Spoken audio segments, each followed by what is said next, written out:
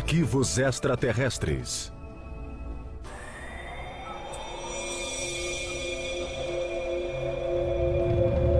(2 de outubro de 1997). O Irangê Holanda, capitão reformado da Força Aérea, estava em sua casa em Cabo Frio. O ex-piloto e paraquedista havia se aposentado em 1992. Desde então, ele lutava contra uma doença.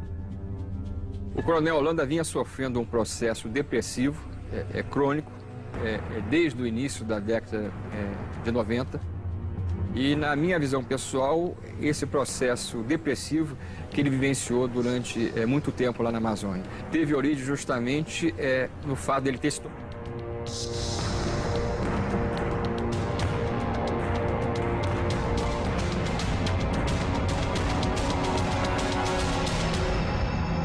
Naquela noite, quando a filha de Holanda subiu as escadas para o quarto, deparou-se com uma terrível cena. Seu pai estava morto. Aparentemente, ele havia se enforcado. Seria um suicídio causado por uma doença mental? Ou por algo mais sinistro? Apenas 2 meses antes, o capitão Holanda fora entrevistado pelos ufólogos A.J. Gever e Marco Petit. Ambos estudam e documentam incidentes com OVNIs. Essa coisa depois para Colares, depois foi subindo, como se estivesse cobrindo a Amazônia toda em faixa. Havia uma inteligência fazendo isso. Depois a FAB parou com 4 meses de operação, ela mandou parar. Alguns ufólogos acreditam que o capitão Holanda não se suicidou. Ele teria sido assassinado por revelar informações sobre aparições ufológicas, algumas supostamente fatais, ocorridas na Amazônia 20 anos antes. E sim a versão testemunhal de um militar que comandou uma das operações mais sérias da ufologia mundial. Há algo de muito estranho nessa história do chupa-chupa, que a aeronáutica não quer revelar. Não acredito no suicídio. Na minha teoria, a morte do Holanda está conectada com alguma coisa acima do normal. He left a very clear message that we are being visited.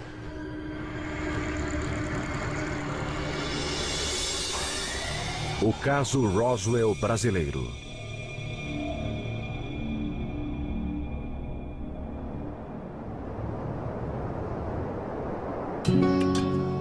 As aparições de OVNIs presenciadas pelo capitão Holanda tiveram início na ilha de Colares, na foz do rio Amazonas, no Brasil. Apesar de estar a apenas 2 horas da agitada cidade de Belém, Colares está anos distante em termos culturais e tecnológicos. São pessoas pobres, são pescadores, agricultores, pessoas que têm uma vida muito pacata.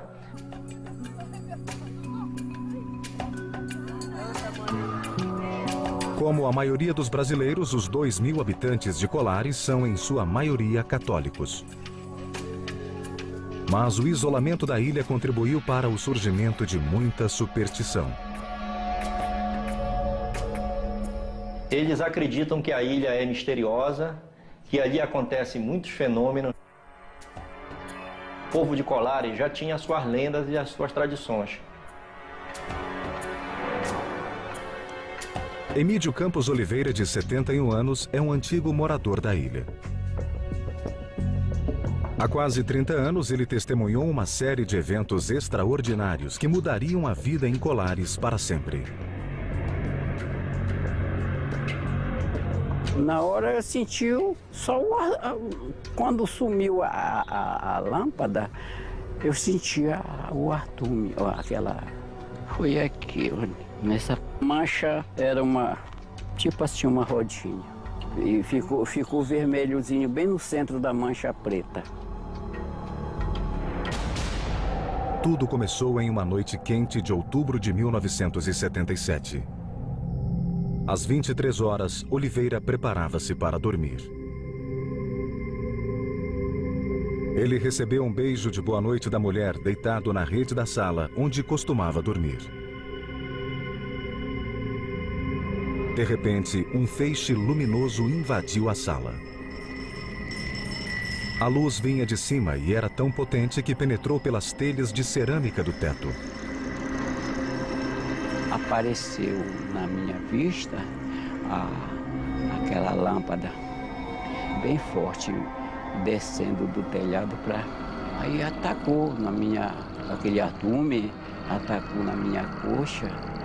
A luz era bem forte, bem forte. Tão rápido quanto veio, a luz desapareceu. Incapaz de encontrar uma explicação para o que acontecera, ele voltou a dormir.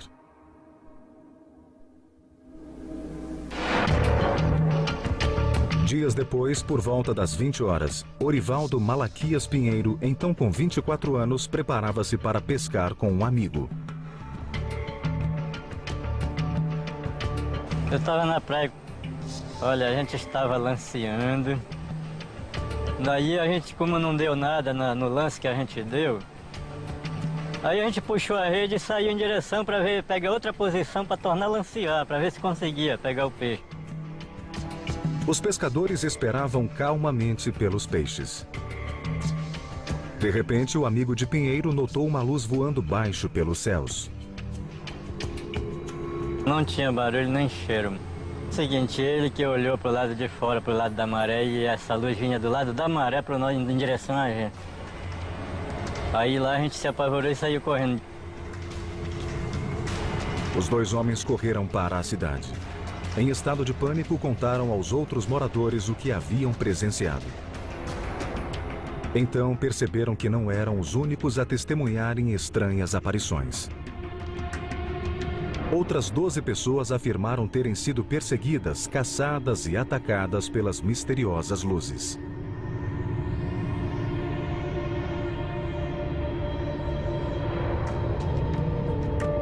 A dentista Lúcia Helena Marques foi uma das pessoas que avistaram as luzes em uma praia próxima. Aí estávamos ali no mercado e houve um alvoroço, né, que aparecia esse objeto não identificado.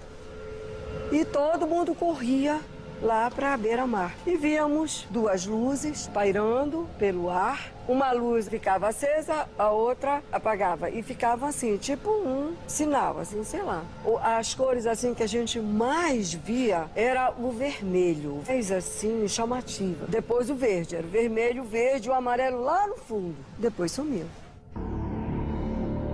Enquanto os moradores de Colares tentavam entender os acontecimentos, a 2 horas de distância, em Belém, o repórter Carlos Mendes, então com 25 anos, recebeu uma ligação em seu escritório.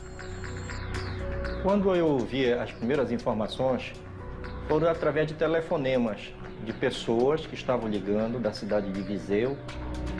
Eles diziam que era para o jornal ir lá na cidade de Viseu, porque estavam aparecendo essas luzes e as pessoas estavam com muito medo, estavam apavoradas. Mendes, que trabalha no jornal O Estado do Pará, ligou para seu fotógrafo. Os dois homens foram para Colares na mesma noite.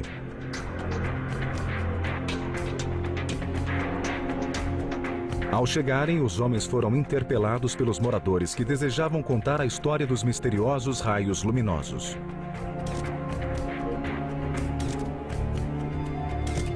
Alguns afirmavam terem sido feridos pelas luzes. Uma história, ela estava na casa dela, à noite, quando de repente ela viu aquele clarão. E ela notou que a luz que estava focando na casa dela, a luz varava pelo teto e deixava o quarto iluminado. A mulher contou que suas pernas e braços foram paralisados e no dia seguinte ela notou algo estranho em seu peito. O corpo dela, sobretudo no seio, havia marcas, como se alguém tivesse furado os seios dela várias vezes no mesmo local com um alfinete. Outras supostas vítimas relataram histórias parecidas. Também afirmavam que enquanto estavam paralisados pela luz, sentiam que algo sugava seu sangue. O repórter Carlos Mendes nunca viu a luz pessoalmente. Ele não sabia se as histórias eram verdadeiras, mas percebia que o terror da população era real. Eu notei muito pânico, muito pavor naquelas pessoas humildes. Era um sinal de que alguma coisa muito ruim estava acontecendo. Nos 2 meses seguintes, as aparições aumentaram e a população entrou em pânico. Mais de 80 pessoas reportaram terem sido atacadas por raios de luz. A história era sempre a mesma. As pessoas, as luzes desciam do espaço, sugavam essas pessoas, paralisavam essas pessoas e atingiam essas pessoas. Eles não conseguiam entender por que eles estavam sendo atacados. Mas eles dizem que eles eram atacados com muita violência. Então eu tentava entender por que aquilo estava acontecendo e se aquilo realmente estava aparecendo para todas as pessoas. Os locais ficaram tão apavorados que muitas crianças e mulheres deixaram a cidade. Alguns homens acendiam fogueiras na praia e vigiavam durante a noite.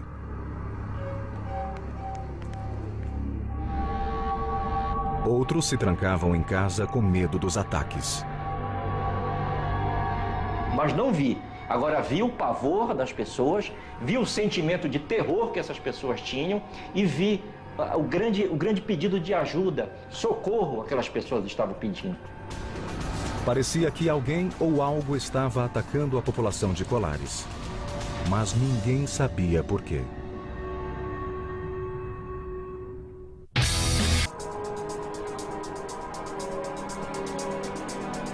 Setembro de 1977. O pânico tomara conta da remota ilha de Colares, 110 quilômetros ao norte de Belém. Dezenas de moradores afirmaram terem sido atacados por estranhas luzes emitidas por objetos não identificados nos céus. Na época, a doutora Velaide Carvalho, então com 24 anos, era a encarregada do posto de saúde local. Ela estava na ilha há apenas 6 meses. Naqueles últimos dias, a jovem médica viu um aumento no número de pacientes. Muitos declaravam terem sido feridos pelas misteriosas luzes. Até que chegou a semana toda e eu fui me irritando, porque eu já estava achando que aquilo já estava demais. Era uma alucinação coletiva, era um delírio coletivo. E eu continuando cética, achando que todos eles estavam enlouquecidos por algum motivo. Os sintomas examinados eram sempre os mesmos. Os pacientes exibiam queimaduras de radiação e estranhas marcas de perfuração. O médico Daniel Rebisso estudou os eventos de Colares. As marcas geralmente eram a nível de tórax, ombros, peito, casos na coxa, na perna, e geralmente a queimadura era pequena, não era muito extensa, no máximo 15 centímetros de diâmetro, e a doutora Velaide, ela observou pequenas papilas, como se fossem 2 pequenas injeções nos locais da ferida.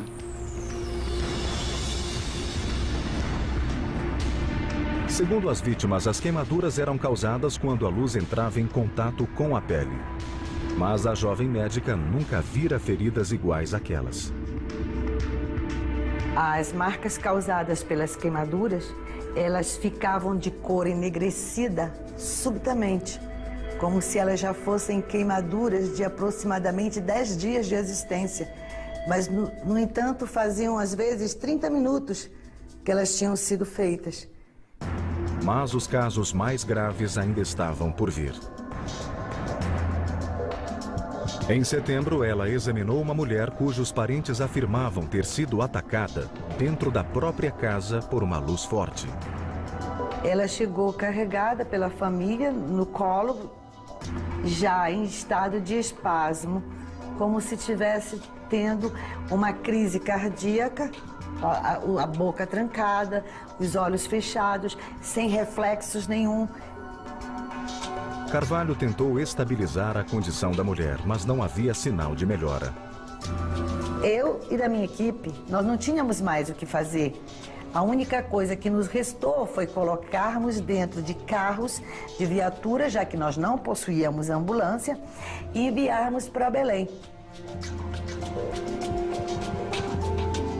Carvalho esperou por novidades sobre o estado da mulher.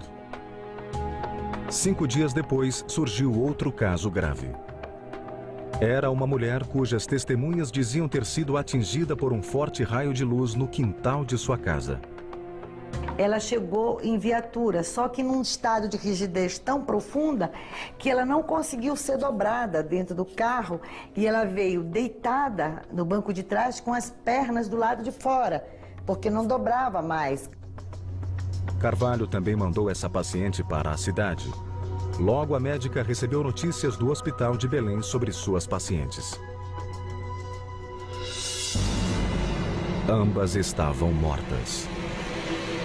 Foi feito por mim, dentro da própria solicitação, que fosse esclarecido o motivo da morte, porque era interessante para que a população soubesse qual a causa da morte. E foi colocado como causa-morte, causa desconhecida.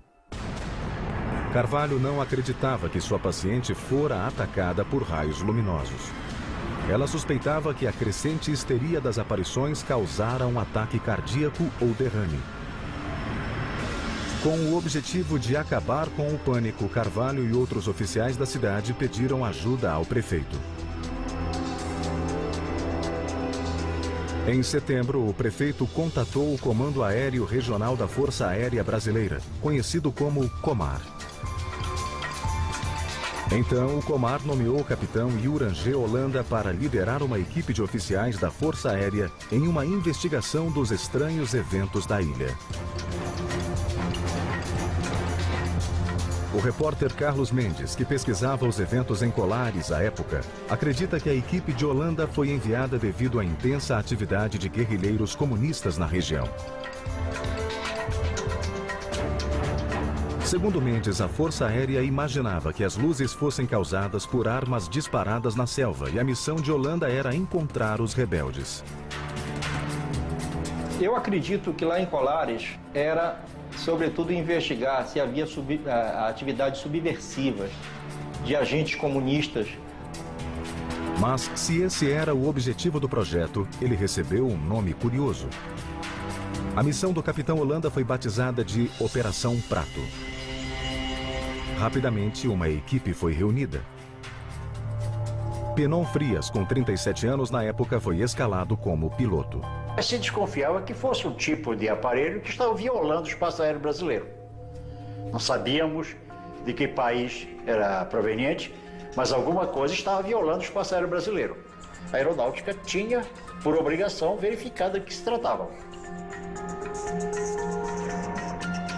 No início de setembro, Holanda e sua equipe de oficiais, engenheiros e cientistas chegaram em Colares. Os homens levantaram abrigos e armaram telescópios e câmeras próximo à praia. Eles conduziram as atividades na frente da população, esperando que isso desse fim ao medo que tomara conta da ilha. Quando nós chegamos em Colares, o pânico era total na cidade. E toda, aliás, o litoral todo. A população já não dormiu mais apavorado. E o pânico, embora ele tentasse acalmá-los, não conseguia. Principalmente moradores mais antigos, porque já havia alguns afetados pela luz. Uma vez em Colares, a equipe da Operação Prato tentou coletar o maior número de informações. O capitão Holanda imediatamente foi visitar a doutora Adelaide. E a primeira coisa que me foi feita, de proposta, às 6 horas da manhã, quando eu recebi a comitiva da aeronáutica, é que eu dissesse à comunidade, a partir daquele momento, que todos os casos de pessoas acometidas era histeria coletiva. Para a médica, aquele encontro era um primeiro sinal de que a Força Aérea não estava interessada em esclarecer os fatos, mas sim em cobri-lo. Ela se recusou a obedecer. Eu não poderia enganar uma comunidade inteira que esperava muito de mim, principalmente apoio e credibilidade. Holanda também falou com testemunhas locais, incluindo Emídio Campos Oliveira, na época com 48 anos. Um morador que fora atingido na coxa pelo raio luminoso. Vieram me ver, aí me fotografaram aonde fui atingido. Só quem viu a minha marca foi o pessoal da aeronáutica. Ainda chegaram a ver a marca. As aparições continuaram nos 4 meses seguintes. A equipe do capitão Holanda seguiu coletando informação das testemunhas e oficiais da cidade. O equipamento de vigilância funcionava 24 horas por dia. Mas a Força Aérea não revelou suas descobertas ao público. Quem acreditava que a Operação Prato ajudaria a revelar a verdade ficou desapontado. Em vez disso, alguns acreditavam que o caso seria acobertado.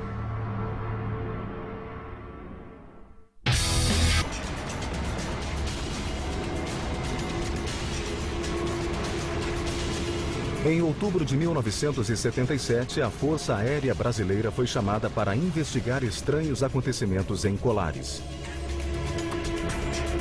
Moradores afirmavam terem sido atacados por OVNIs com potentes raios de luz. Após os encontros, algumas pessoas exibiam estranhas marcas de queimadura.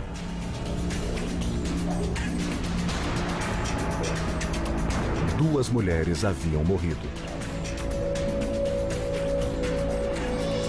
O projeto Operação Prato, sob comando do capitão Uirangê Holanda, coletava informações das misteriosas aparições. Os equipamentos que os militares levaram para lá, para Colares, não eram armas. As armas dele eram máquinas fotográficas, vi muitas máquinas fotográficas. Durante 4 meses, Holanda e seus homens tiraram fotos e fizeram desenhos.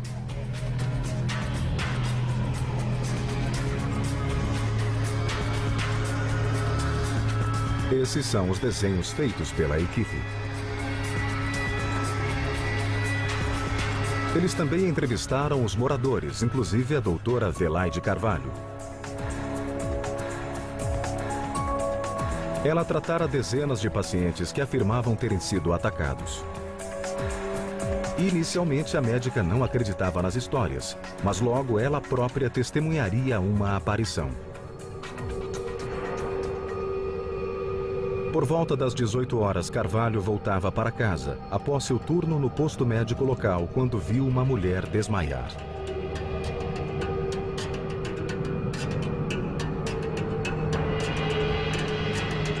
E eu olhava para cima, aquilo eu reneguei, que desacreditei, que achei que fosse delírios, loucuras, invenções, pessoas querendo se exibir. Eu vi numa altura semelhante a um prédio de aproximadamente 10 andares, o objeto.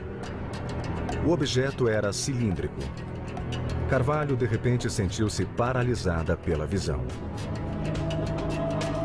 Ele não tinha cor de inox, nem cor de prata, nem cor de nada. Era uma cor dele, própria dele. E ela andava em movimentos elípticos. Ele passava por cima da minha cabeça em movimentos elípticos e voltava novamente. De acordo com os relatos das testemunhas, naquele exato momento a Força Aérea captou um sinal no radar em uma praia próxima. Enquanto a equipe se preparava para focar suas câmeras e telescópios, o objeto desapareceu. Eles tomaram a direção da Bahia e foram em direção ao mar. Holanda e sua equipe continuaram as investigações em Colares. Eles reuniram 500 fotos e 15 horas de filmagem, mostrando o que pareciam ser luzes brilhantes nos céus.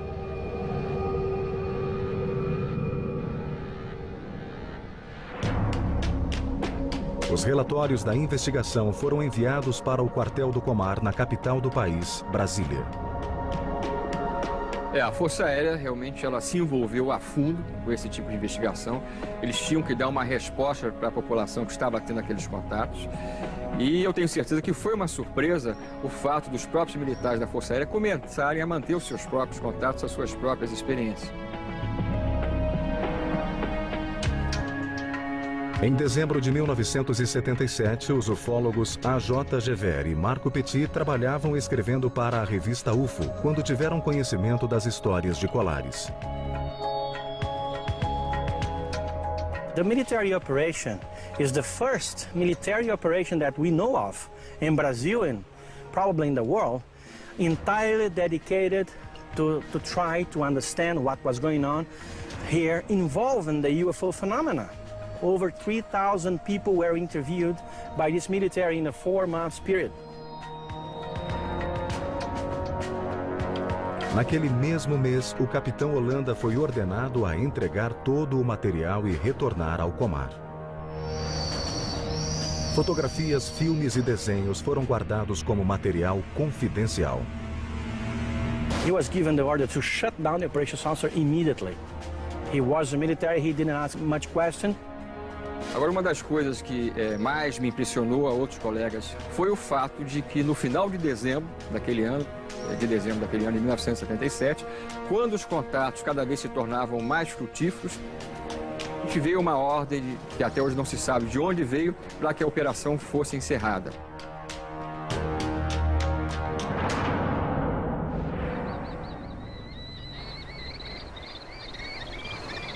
Nos meses seguintes, os relatos de estranhas aparições e ataques misteriosos diminuíram. Em pouco tempo, as histórias sobre as misteriosas luzes nos céus viraram uma lenda local. Nos 30 anos seguintes, a Operação Prato foi mantida em segredo. Mas o capitão Holanda não permaneceria em silêncio para sempre.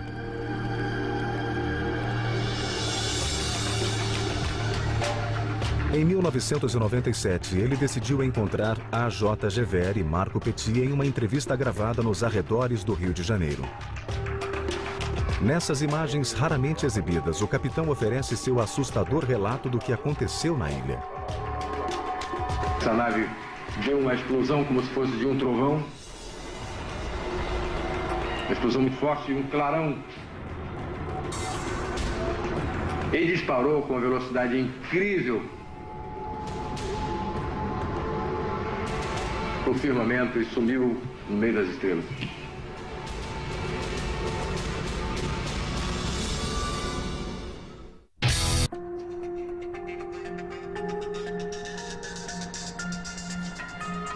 Em 1977, uma investigação da Força Aérea Brasileira chamada Operação Prato resultou em extenso relatório, mantido em segredo nos arquivos do governo por mais de 20 anos. Os arquivos continham 500 fotos e 3.000 entrevistas com testemunhas supostamente atacadas por luzes brilhantes vindas dos céus da ilha amazônica de Colares.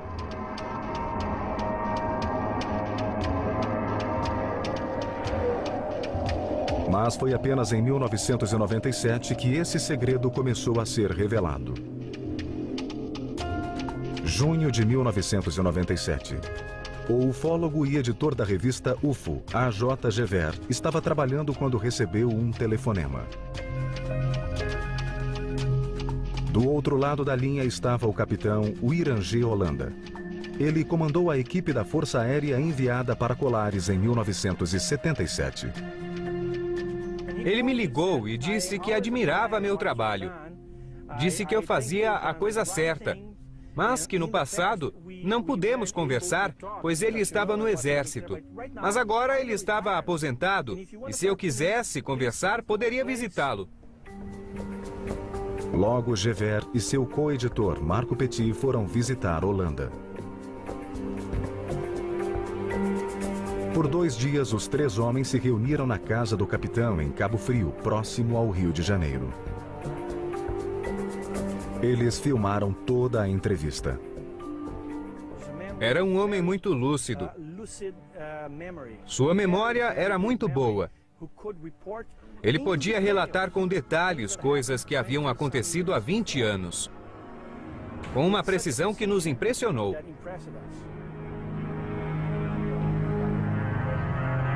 Agora, a parte mais importante, sem dúvida nenhuma, são as suas descrições do status que ele teve com essas naves. Quando ele ficou frente a frente com naves que algumas vezes tinham 100 metros de diâmetro, formas variadas, e que colocaram ele realmente numa situação que poucas pessoas, em termos mundiais, tiveram a condição de viver. Eu ouvi assim um barulho de disco de ar-condicionado. Aquele barulho surdo, aquele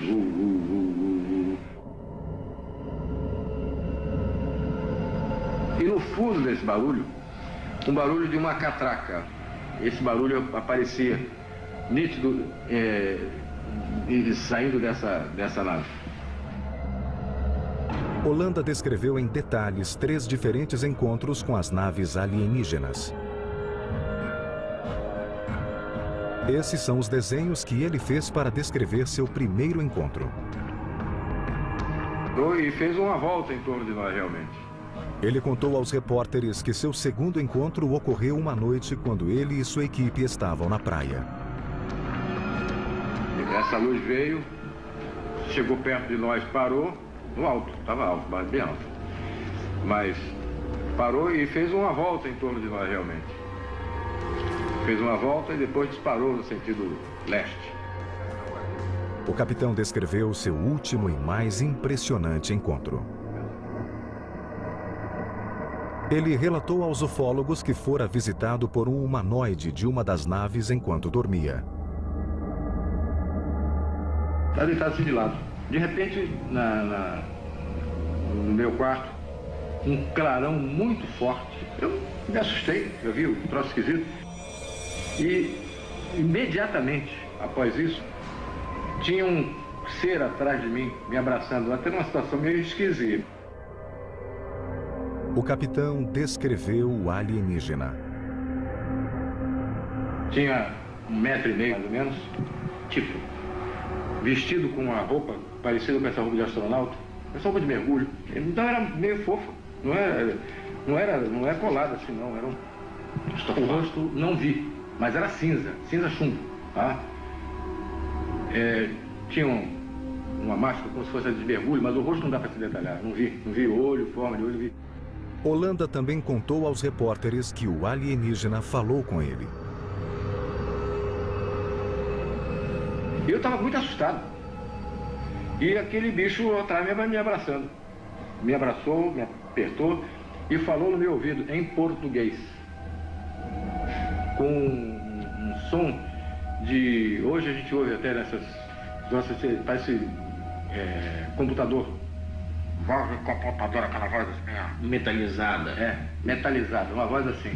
Falando no meu ouvido, calma, não vamos te fazer nenhum mal. Depois disso, o alienígena desapareceu. Ele foi capaz de relatar os acontecimentos com uma precisão incrível. É possível perceber que havia uma variedade de objetos operando naquela área.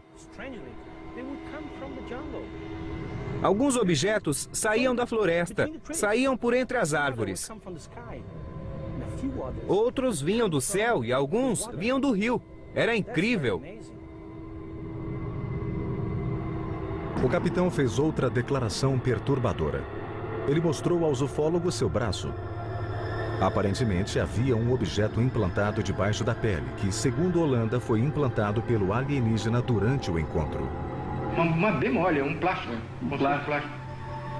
Aqui, ó, você apertou e saiu aqui, ó. Ó. O senhor já fez algum raio-x, algum tipo de... Já, não sai nada. Em julho de 1997, a história de Holanda foi publicada pela revista UFO de Petit e Gever. Mas aqueles que esperavam que essa surpreendente revelação levasse a uma segunda investigação ficaram decepcionados. Em vez disso, iniciou-se um novo capítulo do mistério de Polaris.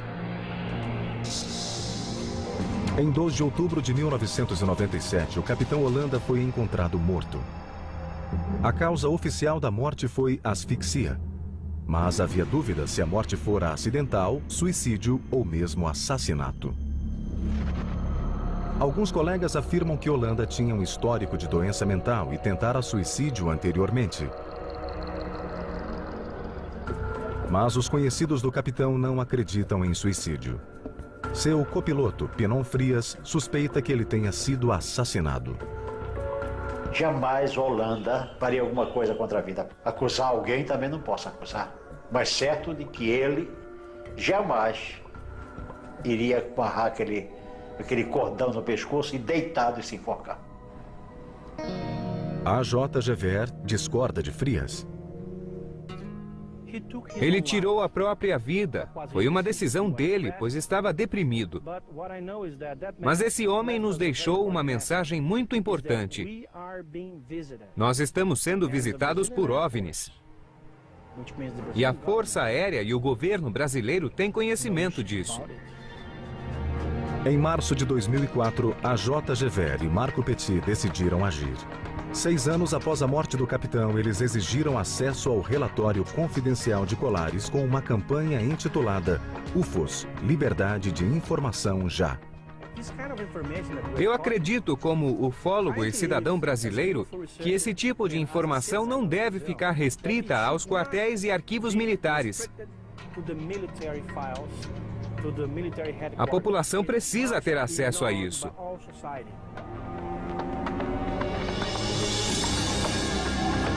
Nos arquivos das Forças Aéreas, Gever e Petit encontraram desenhos e fotos feitas por Holanda e sua equipe. Registros que permaneceram escondidos por 30 anos.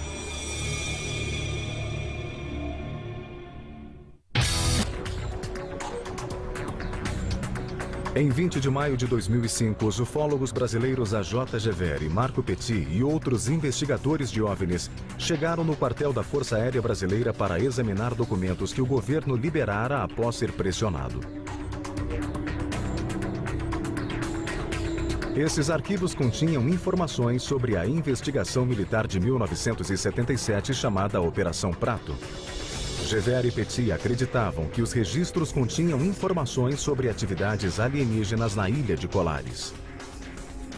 O brigadeiro disse que havia recebido uma ordem do comandante da Força Aérea Brasileira para liberar todos os arquivos. Teríamos acesso a toda a informação. Mas, na verdade, os ufólogos não tiveram acesso a todos os documentos sobre os incidentes.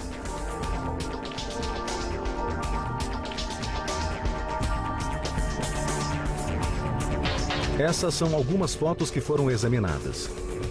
De mais de 2.000 páginas de texto, 500 fotografias e mais de 15 horas de filmagem, eles tiveram acesso a apenas 110 fotos e 200 documentos.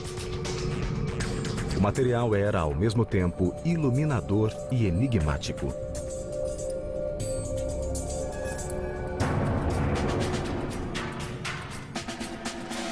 Era uma prova de que o governo brasileiro gastou muito tempo investigando as aparições. O material continha inúmeras declarações de testemunhas e mais detalhes do que os ufólogos imaginavam.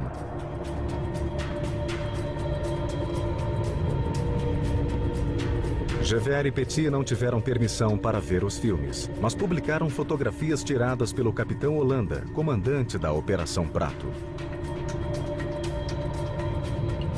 As fotografias em preto e branco revelam luzes brilhantes nos céus noturnos. Em ufologia, uma imagem não vale mais que 1000 palavras. É preciso analisar o relato da pessoa que tirou as fotos. O extenso relatório do capitão Holanda continha desenhos e descrições de seus supostos encontros com as naves alienígenas. Nós tivemos acesso também a vários documentos que descrevem os contatos em detalhes, inclusive com reconstituições na forma de desenhos. Não só dos casos que envolveram os contatos militares, como também dos casos da região. Os documentos descreviam diferentes tipos de aparições. Às vezes, os OVNIs se aproximavam das pessoas. Eles podiam diminuir de tamanho ou aumentar. Também podiam ficar mais iluminados. O relatório terminava descrevendo as queimaduras e picadas supostamente causadas pelas luzes, mas não provava se havia conexão entre os fatos. O relatório deixa essa e outras questões sem resposta. Ele não especifica a fonte das luzes e, ao mesmo tempo, não desmente as especulações de que elas vinham de naves alienígenas.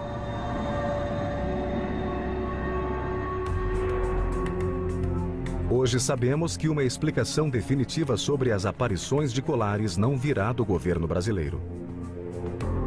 Oficialmente, a Força Aérea declara que, a respeito da Operação Prato, um relatório foi produzido com diversos depoimentos sem nenhuma base científica. Novas informações sobre o caso dependem do trabalho de investigadores independentes e ufólogos. O médico Daniel Rebisso tem estudado as aparições de colares desde 1985. Sua pesquisa teve início com uma tentativa de descobrir possíveis causas para as marcas de queimadura das vítimas. Havia uma suspeita de que podia ser um animal. Isso foi descartado porque os morcegos, os vampiros, eles mordem e causam lesões em forma de um O. É uma mordida e sangra muito. Não havia sangramento no caso. Rebisso também considerou a teoria de que as aparições de colares tenham sido um caso de alucinação em massa. Pensou-se que possa ser pânico, automutilação, que as pessoas se arranhassem, se ferissem, né? Também não houve esse detalhe. A pesquisa de Rebisso sugere que as feridas não foram feitas propositalmente. O que parece é que havia uma radiação muito intensa que deveria paralisar o sistema nervoso e a luz deveria extrair alguma coisa. Rebisso também estudou possíveis fontes para a luz vista na ilha.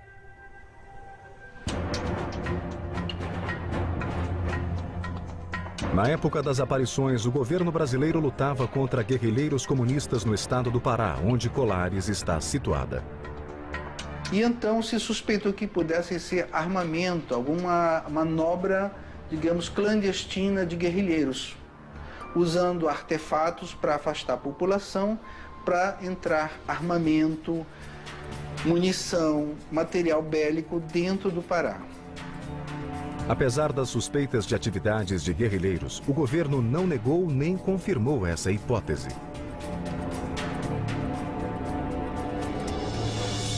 O repórter Carlos Mendes, que cobriu os eventos em Colares, não tem explicação para as estranhas luzes descritas pelos ilhéus. Mas ele acredita que o isolamento de Colares e a superstição dos moradores manteram vivas as histórias sobre aparições de OVNI. As pessoas ficaram chocadas, apavoradas. Na cultura do povo de Colares, que sempre viveu das lendas, do folclore do interior, típico da Amazônia,